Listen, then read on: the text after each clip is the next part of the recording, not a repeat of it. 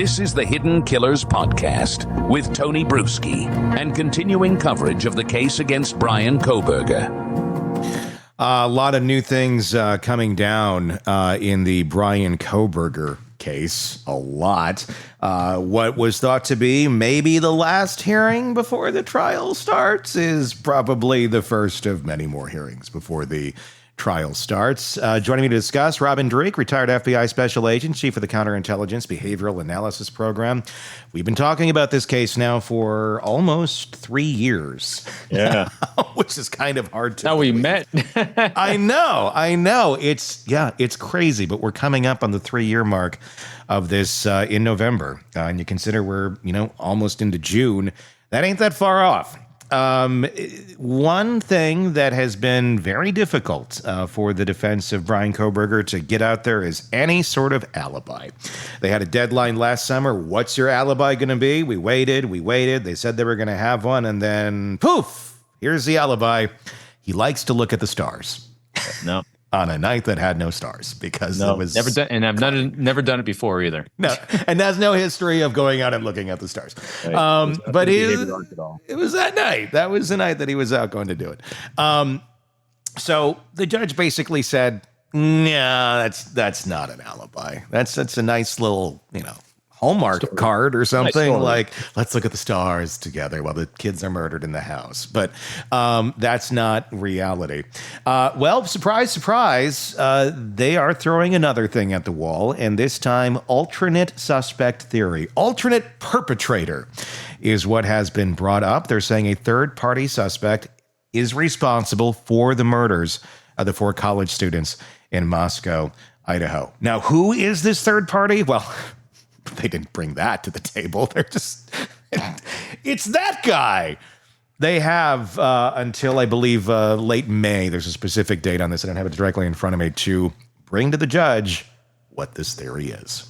And it's under seal at this moment in time. So the judge will then decide, is this a valid enough theory that they can argue this in court? You don't know. You'd be surprised sometimes what gets allowed as a third-party culprit in court.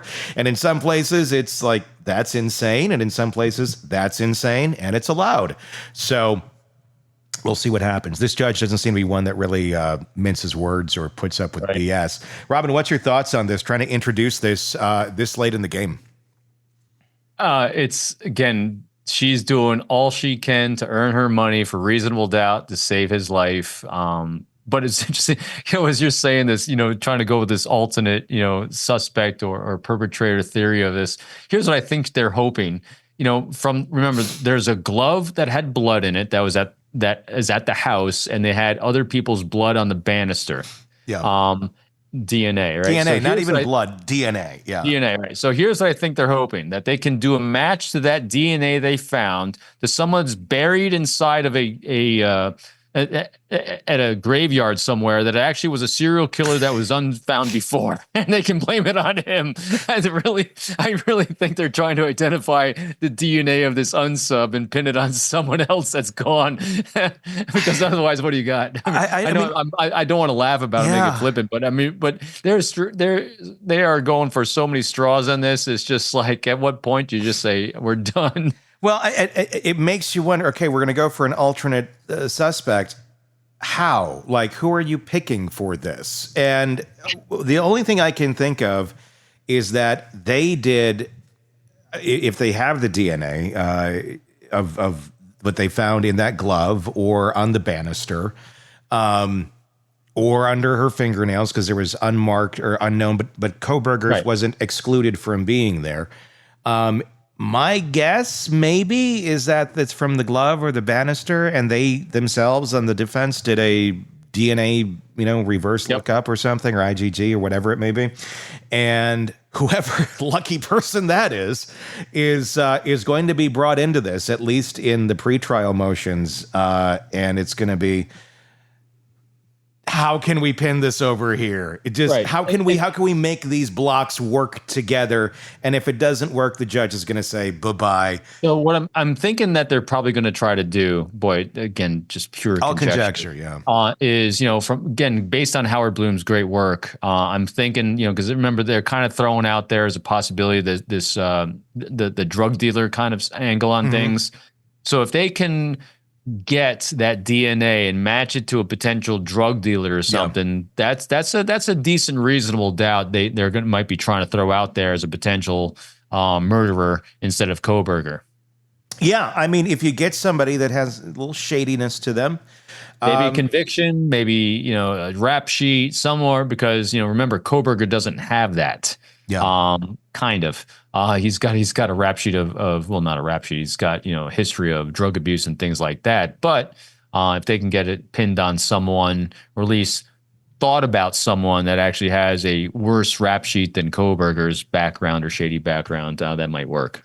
But do you think they're going to find somebody that's more warm, kind, inviting, and just an all-around good spirit that's going to be something that's not quite as warm as Bryan Kohberger because he exudes all of those traits? Not at all.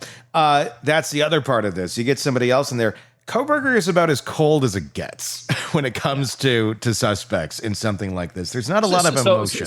So Tony, I'm sorry, we're going to reference the other show that we were just talking about, talking about the Karen Reed case. Yeah. You gave a great example of what happened to you when you were in fourth grade, it was? On the playground. Yeah. Girl falls down.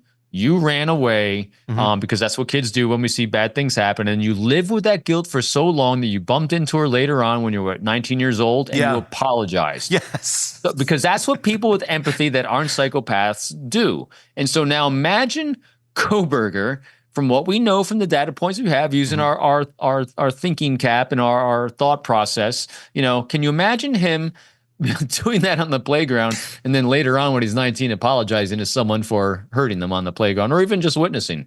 I think it'd be one of those "she had that coming" type thought processes.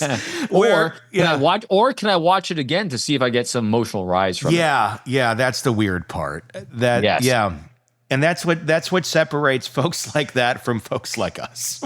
Yes. And that's why it's also very hard to remember. We talk about the challenge of this in dealing with Kohberger and people like Kohberger when trying to do behavioral assessments, because when we're not clinicians, we're just average Joes with experience. Looking at someone that's edging up on psychopathy, they just don't respond and interact with the world in the same way as everyone else. Yeah, I agree.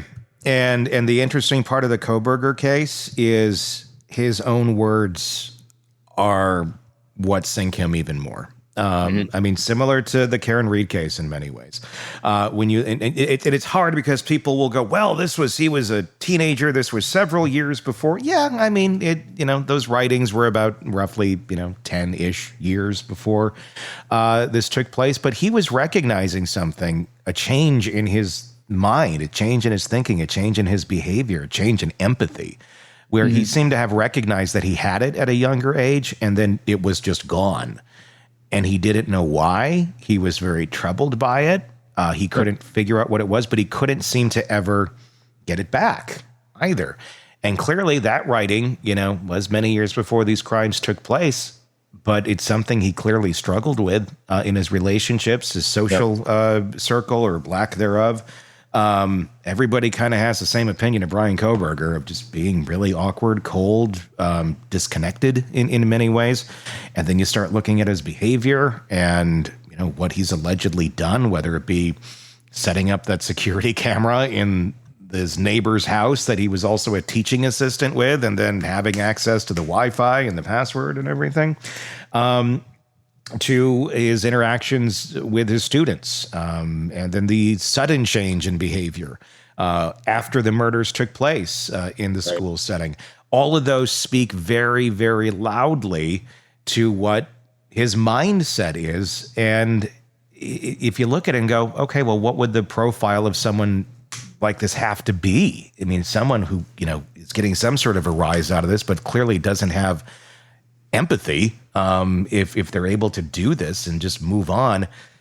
And that kind of fits the mold of Kohberger a bit, at least as we know it right now. Yeah, it definitely does. And this is going to be a really good case study, one way or the other, for people for years to come on the arcs of people like this. And, again, the saddest part of this whole thing is the tragic loss of the life on both sides. I feel such, compassion for everyone involved in this, because it's just such a lot of effort to try to save him. Mm-hmm. And because no one could, or others weren't able to be saved either. Yeah, and that's the really sad part about all of this is I believe, his dad cared. I believe his mom cared. I don't know all the dynamics, but the fact is dad's, willing to go out there and talk to the neighbor even and go like, hey, my son's kind of awkward and, he could use a friend. However he phrased it, he had his son's best interests at heart. Yeah. He was thinking about his son, and he recognized that, he's kind of an odd duck. But he still loved his son, and he wanted to do, the best he could for him. But at some point, there's only so much you can do. And if someone has that broken of a brain, for whatever reason that is, they're going to go down their own path. You can't. And then you ask yourself, what could have been done? It's. I don't know. I don't know either, because when you look at it, no one. Again, from the optic we have, we weren't in the family, but from the optic we have through all the writings and Howard Bloom's work and everything else, no one ever gave up on him. Yeah. And so which makes it really, really tragic, because in every other case or many other cases we look at, you're like, oh, if only this had been done, or if someone recognized the signs, or they interjected themselves. But that was done all the time with him. I mean, people were very compelled to try to do something, and did do things. Mm-hmm. And we're still left with 4 dead babies. Yeah, and I say babies as because they're someone's babies. I always talk about our kids as our babies. Yeah, they always will be. Yeah, no matter what. Want more on this case and others? Then press subscribe now and don't miss a moment of true crime coverage from Tony Bruschi and the Hidden Killers podcast.